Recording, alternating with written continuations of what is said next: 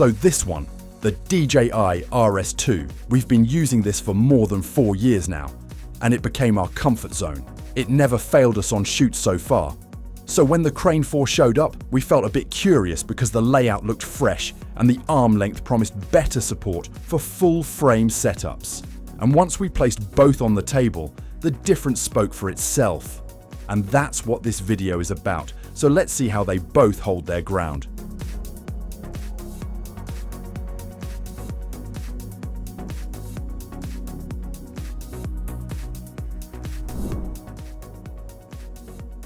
Now, when we placed both gimbals on the table, the difference in identity showed up right away. The RS2 carries a carbon fiber frame that feels light the moment we pick it up. DJI shaped it around speed, efficiency, and a cleaner silhouette.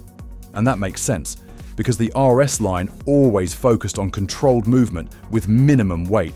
So the RS2 feels almost like holding a stripped-down rig that wastes no space. The Crane 4 stands in another direction. It looks slightly larger and heavier, but that weight sits in a good place. Zhiyun shaped the Crane series around comfort and support, and the Crane 4 follows that same idea. The sling grip forms a natural angle for the wrist, and the built-in wrist rest shifts the load from our palm down into the arm. So when we go for long walk shots or low sweeps near the ground, the Crane 4 feels softer on the hand. Besides the shape, the arm length becomes a key difference. The Crane 4 gives noticeably more clearance behind the camera, and that extra space helps bigger hybrid bodies sit comfortably. Full frame setups with cages and longer zoom lenses fit without stress. The RS2 handles those same bodies too, but the clearance sits tighter, so balancing becomes more sensitive. And this tells us something about target users. The Crane 4 aims for newer hybrid shooters who want more freedom with bulkier builds, while the RS2 keeps a traditional design for tight, precise balancing. Once we moved to balancing, the RS2 reminded us why it stayed so popular. The fine-tuned knob on the tilt axis allows tiny, precise adjustments, and that means we do not need to lift the plate every time we want to fix a millimeter shift. So, when we align the lens with heavier zooms, this knob saves time. Crane 4 uses a more complex dual-layer plate that supports fast horizontal to vertical switching, and that becomes a massive advantage for people who post in mixed formats. We unlocked the top layer and rotated it without removing the whole camera. The RS2 can switch too, but it never feels as native as the Crane 4 system. So, creators who switch between 16 to 9 and 9 to 16 in a single shoot may enjoy the Crane 4 workflow a lot more. Now, the balance indicator on Crane 4 sounds great on paper. Each motor shows whether the axis sits forward or backward. But during our tests, we saw a problem. It often declared the axis balanced, while the camera still leaned slightly off-center. And once we started fast runs or took rapid pans, small micro shakes appeared in the footage. We fixed them in post easily. But the RS2 never caused this type of issue. The RS2 balance accuracy stays unmatched here. If we set it right, it stays right. And that reliability matters when we shoot active subjects or commercial scenes where we cannot risk second takes. Once we stepped outside, the personality of each gimbal became obvious. The RS2 carries that soft response that film shooters love. So when we pan or tilt, the gimbal follows with smooth inertia instead of sharp correction. And this feel mixes well with longer takes, product shots, or wedding scenes where the motion should stay neutral. The motors on the Crane 4 act differently. They grip harder at the start of motion. So when we move faster, the horizon stays locked. This firmer response suits creators who shoot fast action or quick short-form content, where stability must stay tight even during sharp turns. However, the RS2 still holds a major advantage. Once we lock balance correctly, it never wobbled during pans or tilts. Even during fast steps or sudden stops, the RS2 kept the frame steady with no micro shakes. The Crane 4 struggled with this because that balance indicator sometimes misled us. And once an axis sits slightly off, the motors compensate more than they should. That creates small shakes in quick moves. Again, We fix them in post, but a professional workflow values stability that stays clean straight out of the camera. Now, both gimbals offer different stabilization modes. The RS2 gives standard, smooth track, and super smooth for heavier lenses, and super smooth helps long lenses hold steady, even with minimal light. Crane 4 offers a wider motor torque range and several modes tuned for hybrid bodies, although it does not label them as clearly as DJI. Both give good control, but RS2 still feels more predictable under pressure.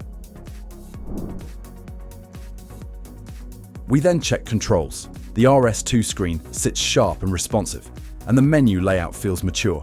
We can set motor strength, switch modes, change follow speed, start time lapses, or adjust curves without diving into confusing pages. DJI buttons feel predictable and give a clean click. Crane 4 uses a simpler touchscreen. It works, but the touch response does not match DJI's polish. However, Crane 4 has a huge advantage: Bluetooth shutter control. We can half press to focus and full press to record without a cable. And once it pairs, it stays paired. This feature cleans the setup and improves workflow more than we expected.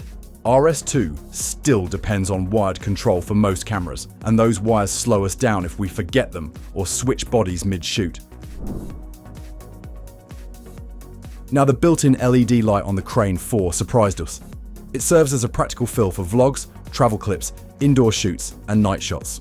The CRI sits high enough to keep skin tones natural, and the softbox attachment adds a soft fall-off.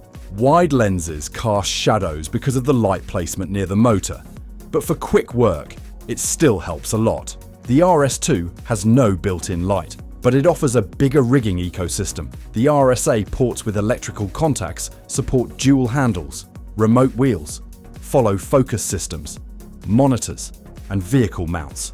So once we step into commercial production, RS2 gives more room to expand. Crane 4 provides fewer accessory ports, and that limits advanced rig building. Battery design affects long workdays, and the RS2 wins this part easily. The battery cartridge lasts long and swaps fast, and this matters a lot during weddings or events where we cannot stop to charge anything.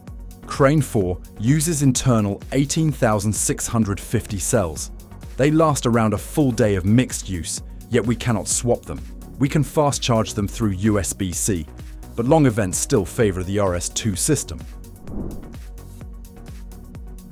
We tested both gimbals in product rooms and outdoor paths, and after days of work, the story became clear. RS2 gives a lighter frame, a precise balance system, smoother motion, and more rigging options. The feel stays neutral and cinematic. The battery swaps fast, and it never introduced unwanted shakes in fast moves. So RS2 suits professional shooters who value consistency. Crane 4 gives more arm clearance, a more comfortable grip, stronger motor torque, native vertical shooting, Bluetooth shutter control, and a built-in LED for vlogs. It suits hybrid shooters and content creators who switch between formats and want comfort plus modern features. And after all this back and forth, we feel like both gimbals speak to different sides of our shooting life. The RS2 gives us that steady trust that helps when a client waits and every move must stay clean. And the Crane 4 gives us a lighter mood with helpful touches like the LED light and better arm room, which fits well on travel days or quick shoots around the city. Now we no longer see them as direct rivals.